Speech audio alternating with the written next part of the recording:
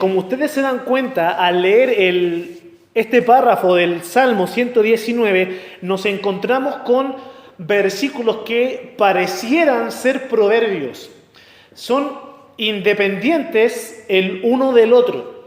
Sin embargo, cuando observamos de forma detallada esta sección, nos encontramos con dos porciones que hablan de un tema en particular cada uno. Así que, como son dos temas que tratan principalmente estos 8 versículos, lo que voy a hacer primeramente es compartirles algunos comentarios del tema que no voy a profundizar. Y después voy a compartirles en cuanto al tema que sí vamos a ver más en detalle. Primero, la sección del versículo 4 al 8. Dice, tú encargaste que sean muy guardados tus mandamientos. Aquí el salmista lo que está haciendo es recordar Éxodo capítulo 20 y Deuteronomio capítulo 5. En estos dos capítulos Dios da sus 10 mandamientos para que la nación de Israel los ponga por obra. Entonces el salmista tiene una pequeña reflexión bíblica. Se acuerda de esa ocasión en la cual Dios emitió la ley. Luego dice, ojalá fuesen ordenados mis caminos para guardar tus estatutos. Si se dan cuenta que el salmista tiene un deseo que apunta hacia su vida personal en el futuro. Ojalá fuesen ordenados mis caminos para, es decir, posteriormente, guardar tus estatutos. Es un deseo a futuro. Entonces, muy probablemente aquí el salmista estaba escribiendo esto en una edad muy tierna, siendo muy joven. Luego dice el versículo 6. Entonces, si se dan cuenta, este es un conector que indica una continuidad. Es decir, todavía el salmista está pensando en el futuro. Entonces, ¿no sería yo avergonzado cuando atendiese a todos tus mandamientos? Continúa con un deseo en una perspectiva hacia adelante, en su propia vida. Luego, versículo 7, continúa con un pensamiento y con un deseo hacia el futuro. Te alabaré con rectitud de corazón, cuando aprendiere tu justo juicio, lo mismo, pensando hacia adelante. Versículo 8, tus estatutos guardaré, no me dejes enteramente. ¿Ya? Entonces, si se dieron cuenta, esta segunda sección que compartí con ustedes es en base a una reflexión teológica, un pensamiento y un deseo para el futuro. De alguna manera noto que aquí el salmista no está adoptando un compromiso en el presente. Más bien lo que está haciendo es que en el presente está compartiendo su deseo de obedecer, de aprender, de conocer y de alabar al Señor. La primera parte es la que vamos a tratar más en detalle el día de hoy. Y va desde el versículo 1 hasta el versículo 3. Que dice, lo voy a leer yo nuevamente. Bienaventurados los perfectos de camino, los que andan en la ley de Jehová. Bienaventurados los que guardan sus testimonios y con todo el corazón le buscan, pues no hacen iniquidad los que andan en sus caminos. Aunque no lo tengamos en consideración, usted y yo estamos siendo observados por el mundo. Estamos en la mira de aquellos que no conocen a Dios. No solamente estamos en la mira de aquellos que no tienen nuestra fe o no comparten un conocimiento del Evangelio. También estamos en la mira de nuestros hermanos en la fe. Es decir, todos aquellos que nos conocen y saben que honramos o procuramos honrar a Dios con nuestras vidas, esperan ver algo en nosotros. Eso es parte de lo que llamamos testimonio. Ahora, tenemos un testimonio delante de la gente. Tenemos un testimonio ante los hermanos de la iglesia, ante nuestros familiares, ante nuestros vecinos, ante el mundo. Lo queramos o no lo queramos, tenemos un testimonio. Lo sepamos o no lo sepamos, tenemos un testimonio. Este testimonio puede ser un buen testimonio o un mal testimonio. Lo más lamentable yo creo que es la opción que está al medio. Y es que la gente no sepa que somos cristianos. Yo creo que eso debe ser mortificante para alguien que ama a Cristo. Que en su entorno no se sepa que ama al Señor. El hecho es que tenemos un testimonio. Y este puede ser bueno o puede ser malo. Esa es una realidad innegable. Este pasaje que he leído nos presenta una bienaventuranza. Es decir, un elogio. Dice el versículo 1, bienaventurados los perfectos de camino. Cuando habla el salmista acerca de los perfectos de camino, ¿de qué nos está hablando? Nos está hablando de aquellos que tienen un buen testimonio, de aquellos quienes han sido observados y han sido hallados como gente que agrada a Dios, gente que tiene una buena reputación, si se puede decir de esa manera, delante de Dios y también delante de otros. Sin embargo, esta porción del Salmo no solamente es un elogio, no solamente es un oda, como se podría decir, o una alabanza.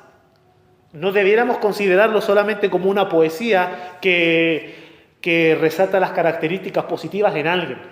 Debemos considerarlo una invitación personal a que nosotros seamos aquellos que tienen un perfecto camino. Y no solamente una invitación, también un desafío. Nosotros debiéramos tener un caminar perfecto.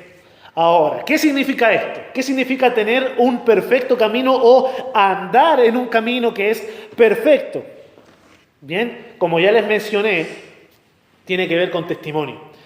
Pero, como estoy consciente de que los contrastes nos ayudan mucho a tener ideas claras y precisas acerca de las cosas, voy a presentar un pequeño contraste. Primero, le voy a decir lo que no es tener un perfecto camino. Tener un perfecto camino o un buen testimonio no es tener un estilo de vida aceptable para la gente del mundo. ¿Por qué razón? Porque para el mundo es aceptable, por ejemplo, el fumar. Eso es aceptable. Para la gente del mundo es aceptable beber y pasarse de la raya. Eso para el mundo es aceptable. Entonces el mundo viene y pregunta, oye, ¿tú te has emborrachado? Porque ellos esperan que uno diga que sí, porque ellos lo aceptan. Es un pecado según la palabra de Dios, pero el mundo lo acepta.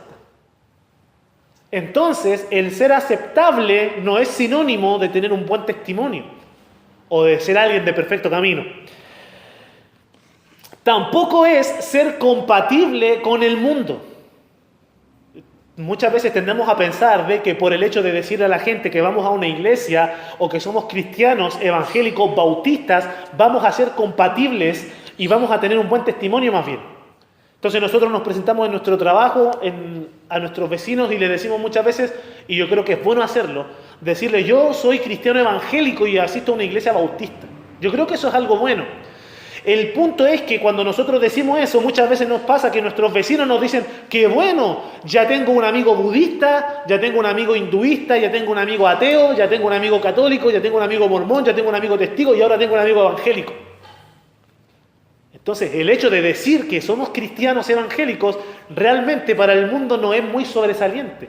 Más bien es compatible con otros sistemas de creencia.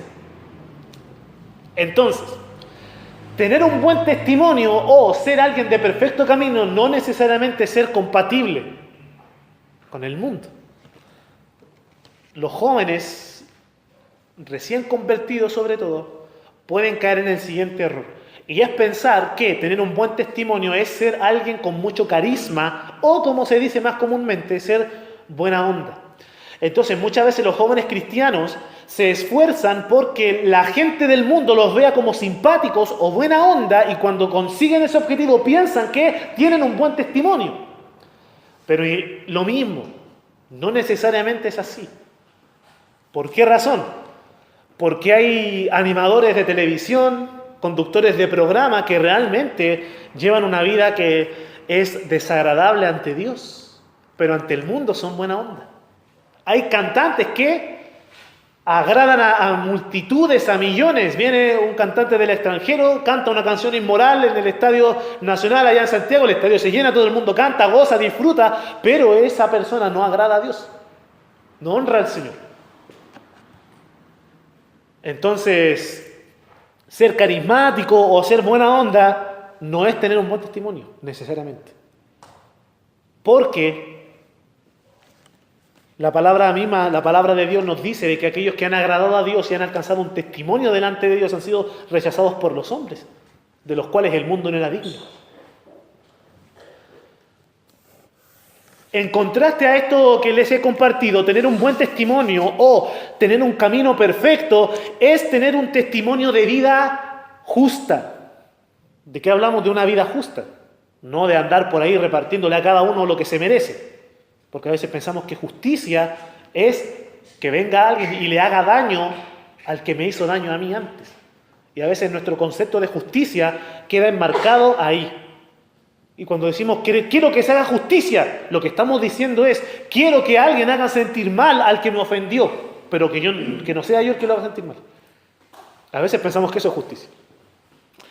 Pero cuando hablamos de tener una vida justa, significa tener una vida conforme a las demandas y a las órdenes de Dios. Eso es llevar una vida justa. Tener un testimonio agradable ante Dios o un perfecto camino es tener un testimonio de vida íntegra. Como ya lo sabemos, ¿qué es una vida íntegra? Es que aquello que se predica es lo que se practica. Aquello que se dice es aquello que se hace. Es ser alguien que no tiene doble discurso o que no tiene dos caras. Bien, es tener una vida piadosa.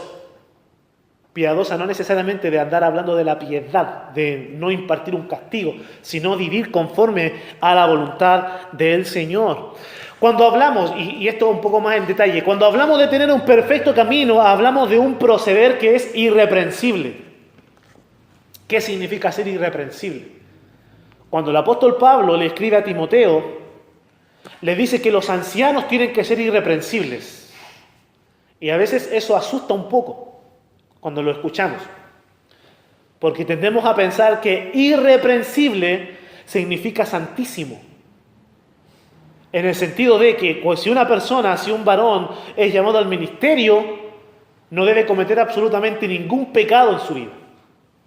Eso es algo que es imposible, porque como seres humanos todavía estamos sujetos a debilidad. El apóstol Pablo fue el varón utilizado por Dios más grande, dicho de alguna manera, del Nuevo Testamento. Y cuando nosotros leemos Romanos capítulo 7 y vemos cómo el apóstol Pablo se queja de sí mismo, de su naturaleza pecaminosa y de sus pecados personales, quedamos sorprendidos. Y decimos, este es el apóstol Pablo, un hombre sumamente falible y débil, pero usado por Dios. Entonces, ser irreprensible no significa ser santísimo. Ser irreprensible, ¿qué significa entonces? Significa no tener un pecado visible que pueda descalificar a alguien del ministerio. Yo en lo particular, cada día lucho contra mi carne. Yo en lo particular, cada día lucho contra mis emociones, contra mis pensamientos, contra mi lengua. Todos los días lucho contra mi carácter.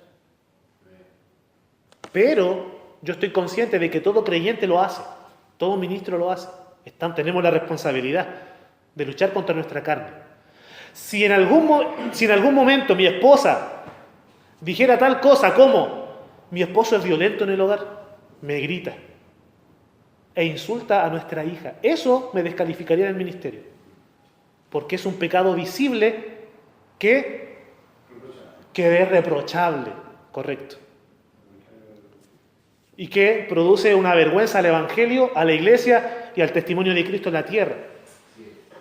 De igual manera, si yo estuviera recibiendo dinero mal ganado, eso sería reprensible, entonces yo quedaría eliminado del ministerio.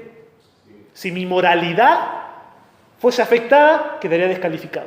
Entonces, eso es ser reprensible, que hay un pecado visible mediante el cual se puede señalar y mediante el cual la persona queda descalificada. Una persona irreprensible es aquel que, aunque lucha contra su carne y contra su pecado, no hay nada en su vida pública o en su comportamiento cotidiano que lo descalifique.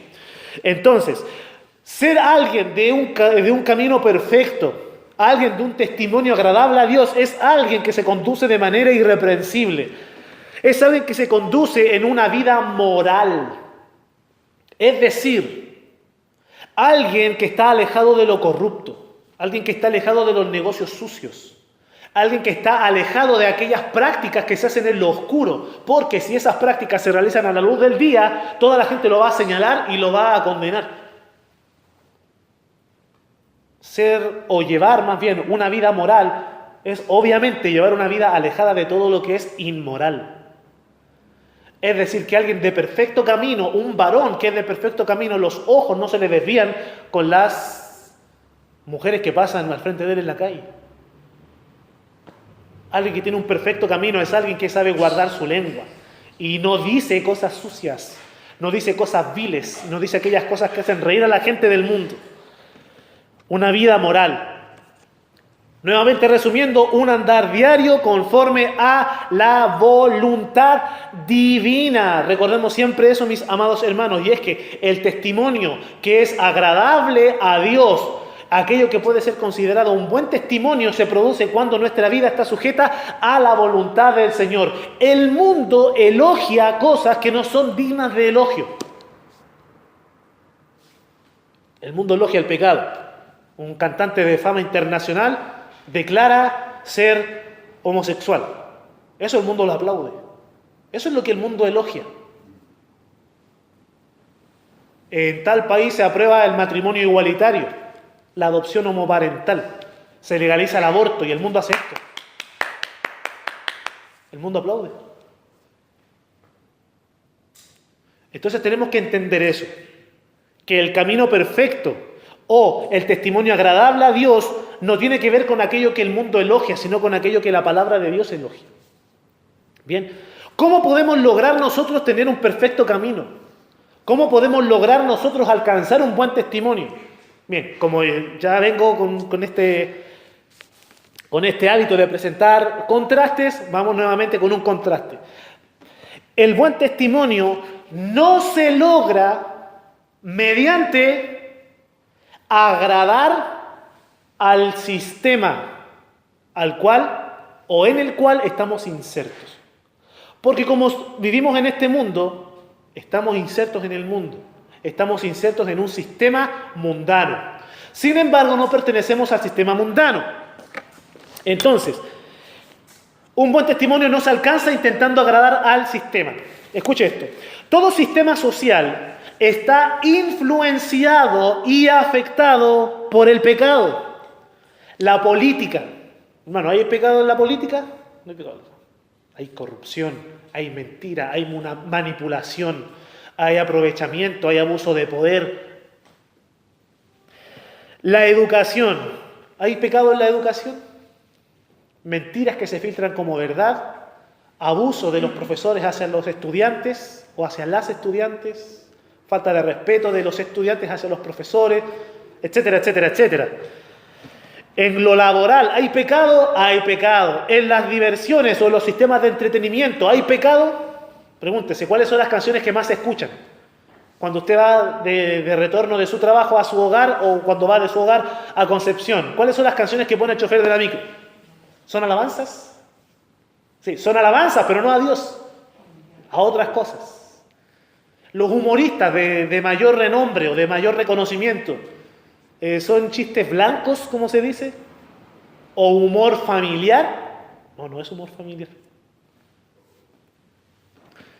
Entonces, en todo sistema social está influenciado y está afectado totalmente por el pecado. Por eso, el cristiano no debe pretender adaptar su mente y su conducta al sistema mundano en un intento de hallar gracia o buena opinión ante él. Por eso tenemos que quitarnos un poco de la mente o de nuestro entendimiento que tener un buen testimonio es que la gente hable bien de nosotros. Tenemos que quebrar un poco ese concepto equivocado, que a lo mejor tiene que ver una cosa con la otra, pero no necesariamente va a ser siempre de ese modo. Por eso Pablo escribe a los romanos y les dice, no os conforméis a este siglo. Es decir, no se conformen al mundo, no se conformen al sistema, no se cuajen al sistema, no tomen el molde del mundo. Transformen su mente, pero no se moldeen. Lo mismo, ¿cómo logramos llevar un perfecto camino? No lo lograremos intentando agradar a nuestros pares. Porque muchas veces hay quien intenta agradar más al núcleo familiar o a su ambiente familiar antes que a Dios. O al grupo de amigos antes que a Dios. Entonces eso es un peligro. ¿Por qué razón? Sabemos que como cristianos tenemos que honrar a padre y madre. Sabemos que como creyentes tenemos que honrar a nuestros abuelos, a nuestros tíos, a nuestros primos. Pero ¿qué pasa si nuestro interés principal es agradarles a ellos como núcleo familiar, como personas cercanas a nosotros? ¿Qué va a pasar? Es muy común y es lamentable que incluso en las familias o en los círculos familiares el tío está enemistado con este otro tío de acá. O el suegro está enojado con el consuegro. Y hay enemistad a veces en los círculos familiares. ¿Qué pasa si nuestro interés, o qué pasaría si nuestro interés es agradar a las personas? Paréntesis. Sabemos que tenemos que ser bondadosos con todos. Sabemos que tenemos que ser amables con todos, piadosos, misericordiosos y amigables. Lo sabemos.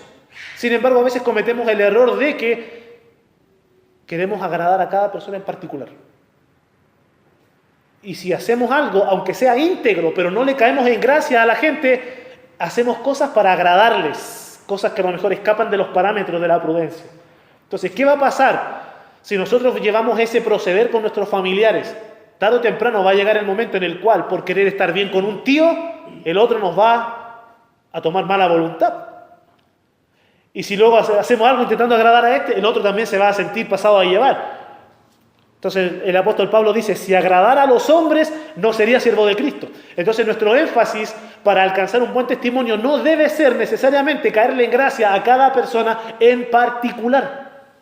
Porque tarde o temprano nos vamos a ver envueltos en una situación compleja que no quisiéramos estar, por causa de las enemistades de aquellos que no conocen al Señor.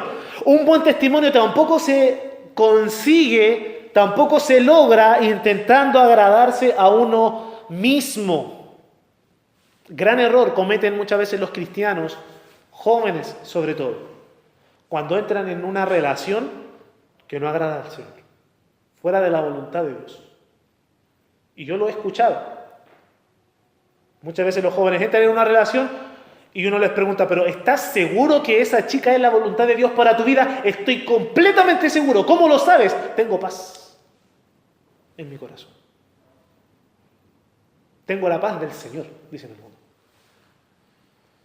Oye, ¿estás seguro que esta decisión que va a tomar es la correcta? Sí, ¿por qué? Porque siento la convicción del Señor en mi vida. Sí, pero ¿tienes algún pasaje bíblico? ¿Tienes la aprobación de tus padres? ¿Tienes la aprobación de tu pastor? No, es que yo sé que es la voluntad de Dios. Sí, pero ¿qué dicen los que están sobre ti, las autoridades sobre ti? No, es que no entienden. Entonces a veces nosotros pensamos que hacemos la voluntad del Señor cuando estamos bien con nosotros mismos. Cuando logramos acallar nuestra conciencia y tener calma en nuestra mente. Entonces ese es un problema también. ¿Por qué razón?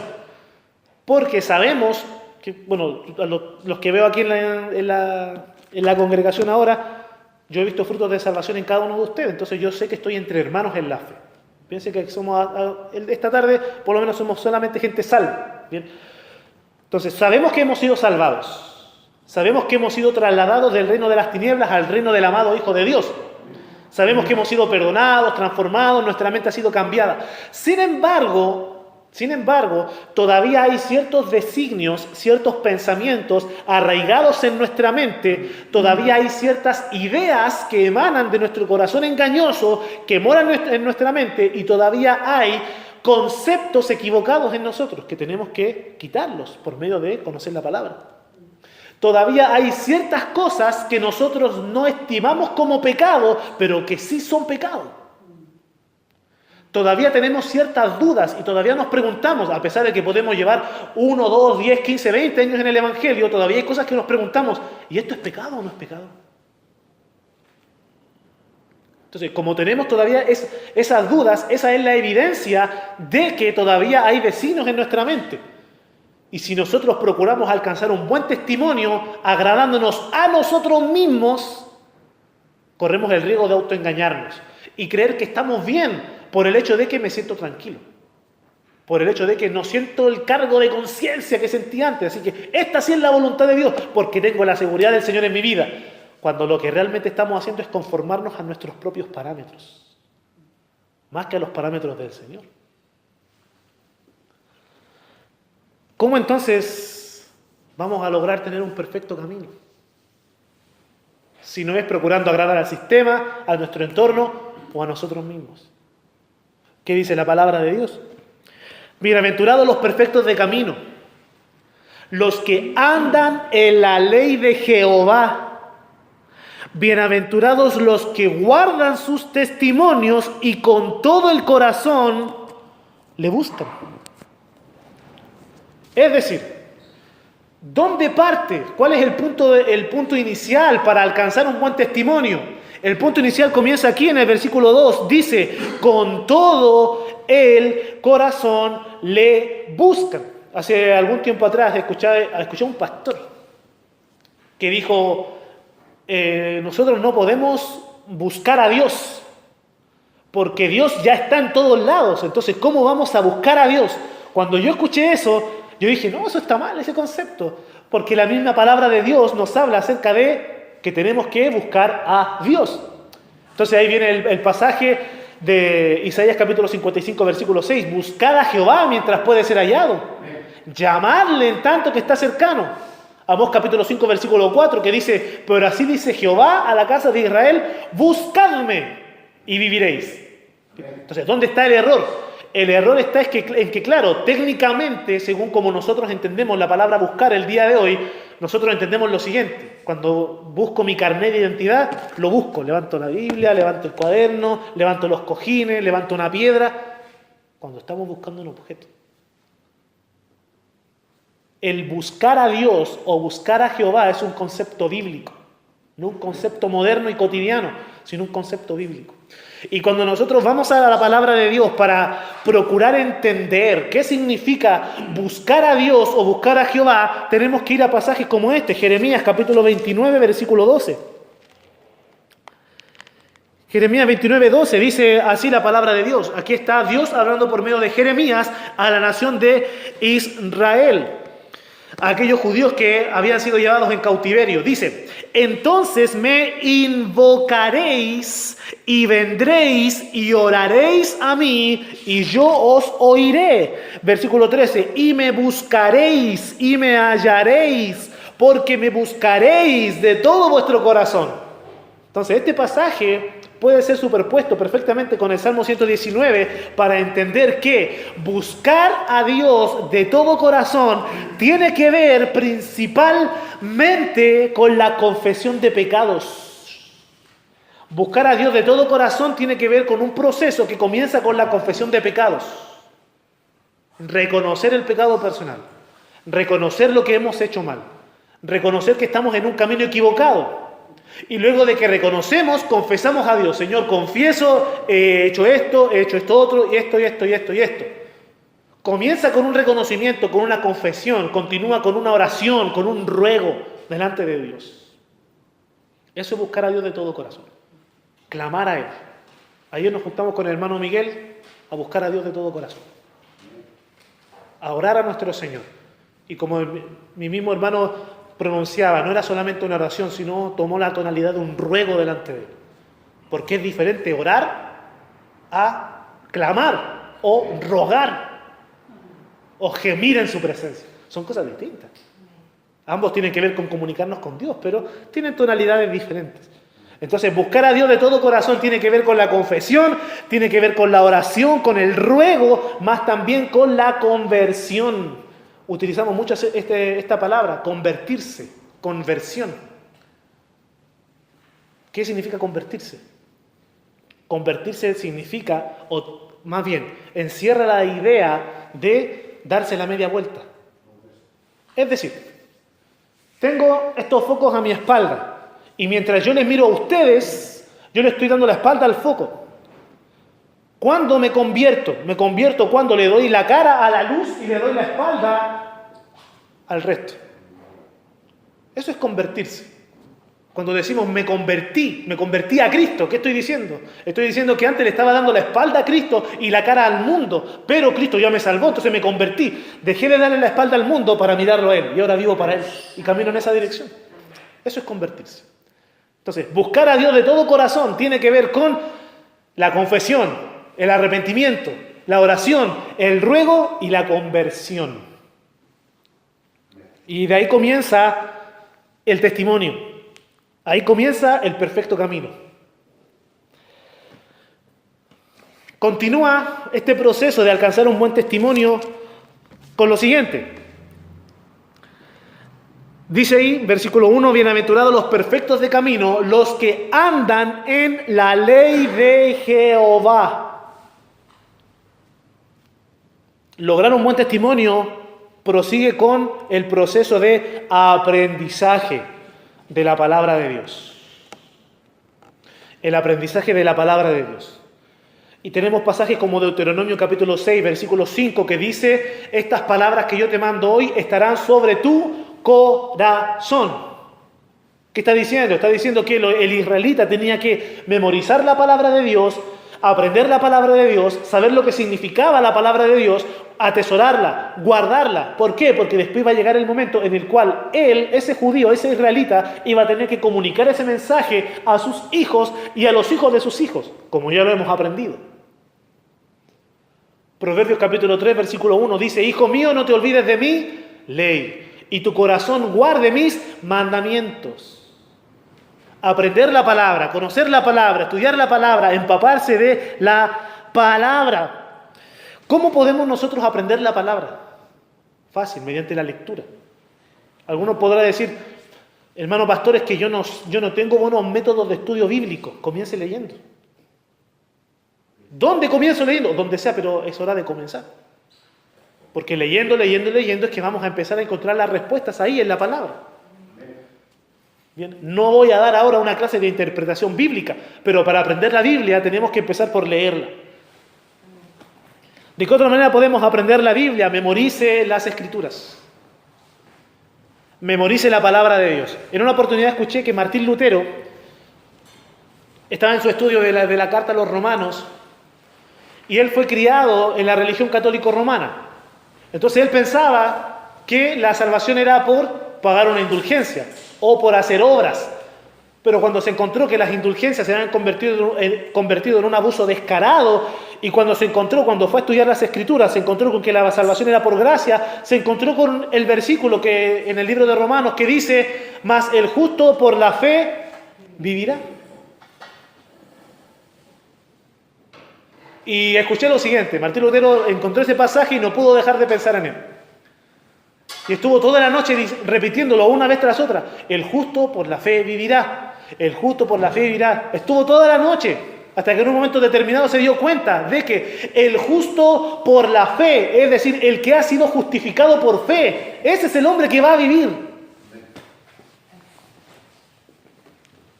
Memorice la palabra de Dios y el Señor va a empezar a proveer respuestas. Lea, memorice, escuche la palabra de Dios. No es pecado escuchar música cristiana. No es pecado. Puede ser incluso de mucha edificación. Pero yo tengo una convicción. Y es que en tiempos modernos, sobre todo, como cristianos necesitamos menos música cristiana y más predicaciones. Tengo esa convicción. Por eso le animo a que cuando tome su dispositivo móvil,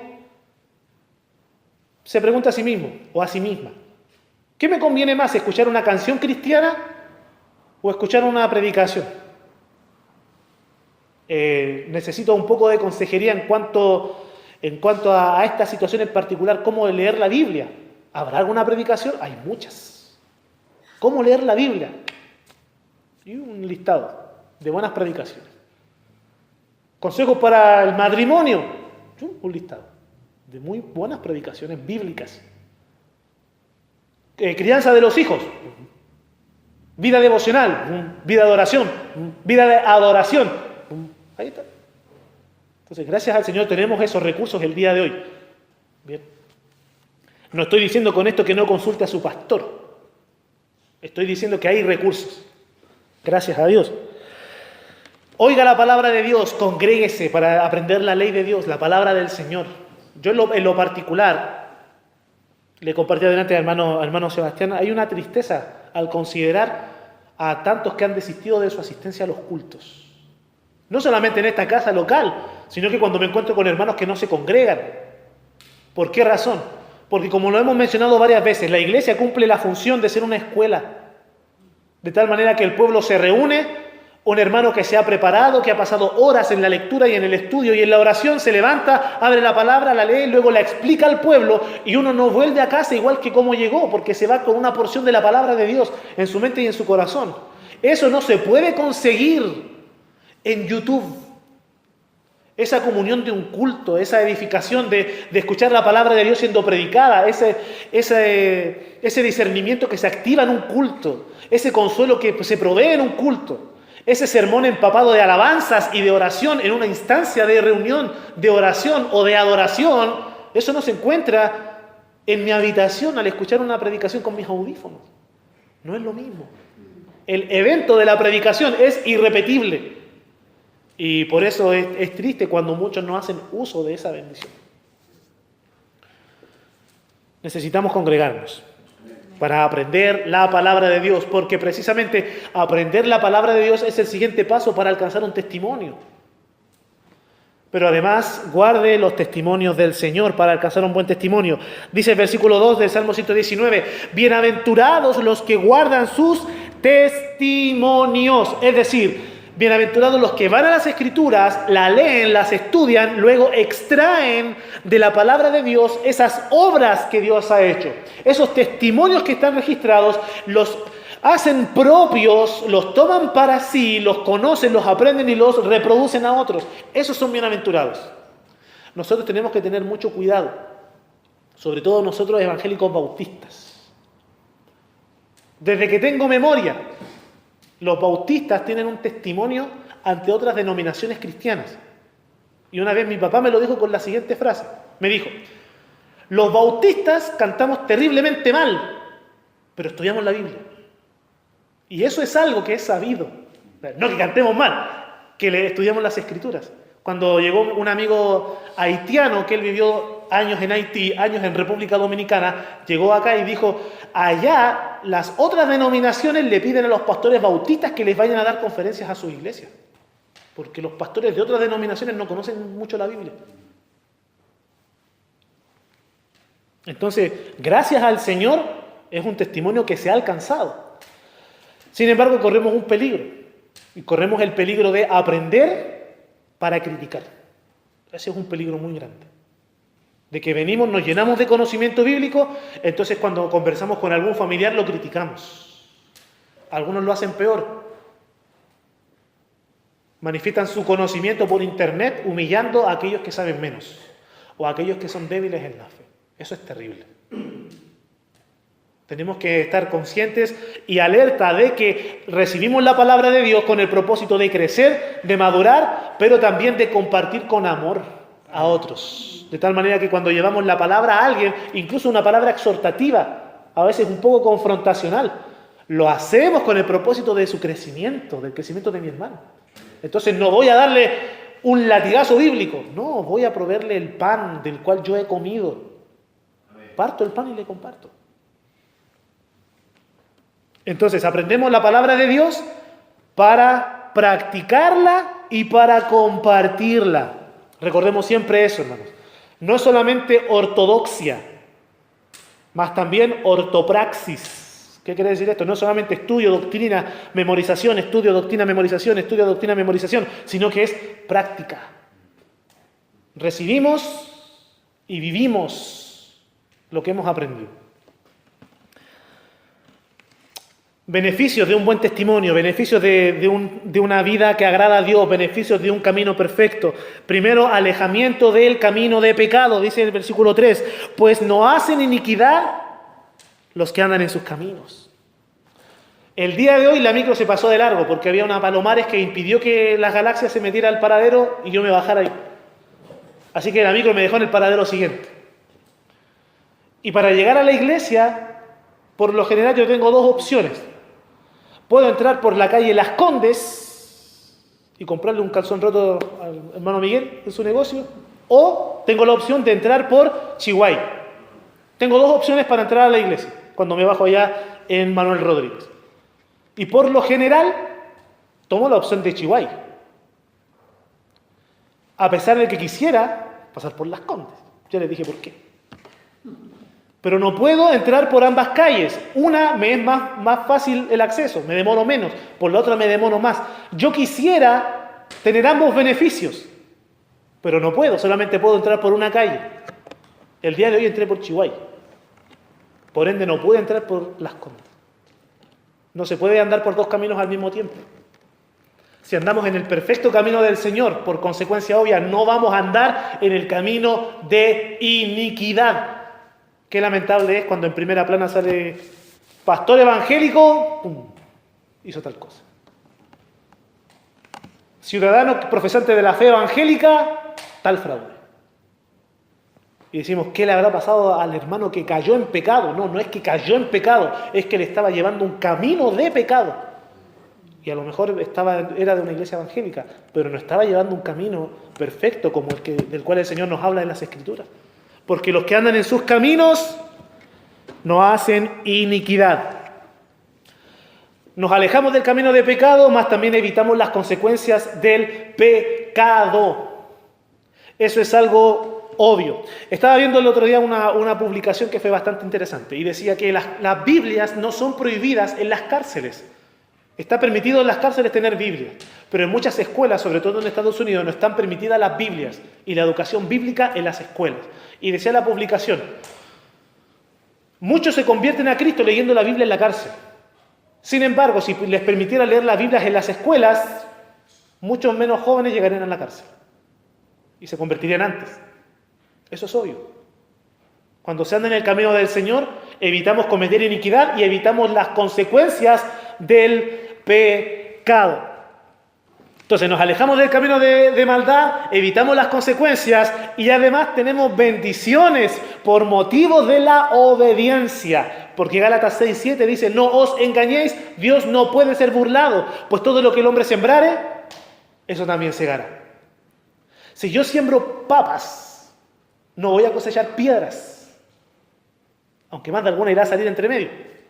Voy a cosechar papas. Si el hermano Miguel prepara una masa y pone a hornear pan, no va a sacar un cochayuyo. Va a tener el trabajo de sus manos, el resultado por el cual él se esforzó. Lo mismo, si nosotros andamos en integridad, obrando conforme a la voluntad del Señor, vamos a recibir los beneficios de una vida íntegra también. Incluso el mismo Dios se lo dijo a Caín.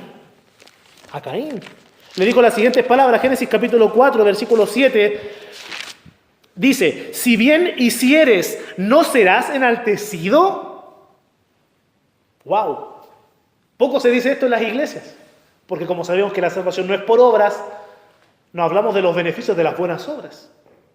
Pero le voy a decir algo, obrar conforme a la voluntad del Señor y llevar un camino perfecto delante de Él, si bien despierta la envidia de mucha gente del mundo, nos da cierto grado de honra, de respeto ante la gente del mundo.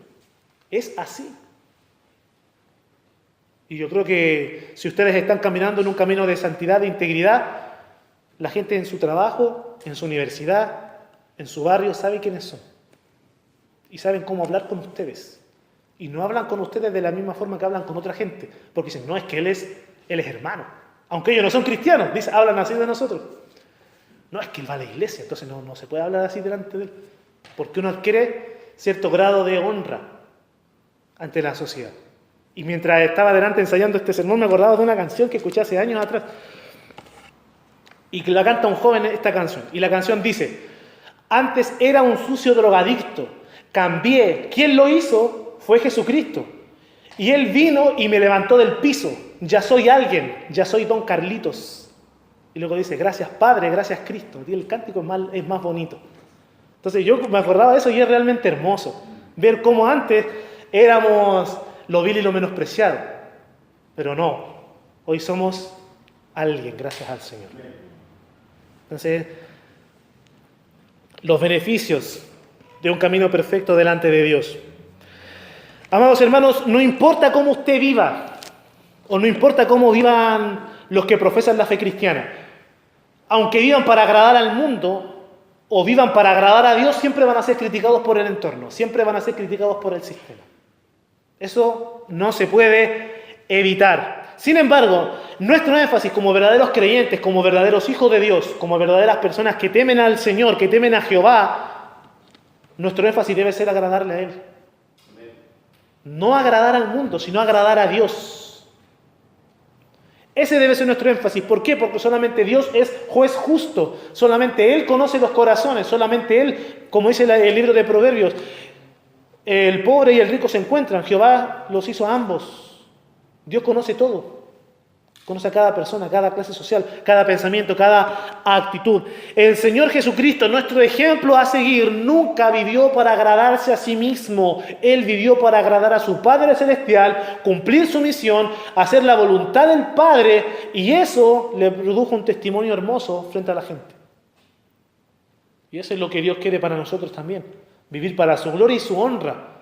Eso va a provocar las reacciones del mundo, ya sea positivas en cuanto a afabilidad o negativas en cuanto a hostilidad. Va a despertar todo tipo de reacción en nuestra conducta santa. Lo importante es que vivamos para agradar al Señor, porque su opinión, su veredicto, su juicio es el que a nosotros nos importa. El Señor Jesucristo vivió así. Por eso fue el Cordero perfecto para entregarse por nosotros en la cruz, porque vivió en santidad. Él vivió, murió, resucitó. Y como nosotros hemos muerto juntamente con Él, vamos a resucitar algún día con Él. Amén. Mientras vivimos en esta tierra, mientras vivimos en este mundo, tenemos la responsabilidad de caminar como Cristo. De tal manera que este salmo se podría aplicar a nosotros. Bienaventurados los de perfecto camino.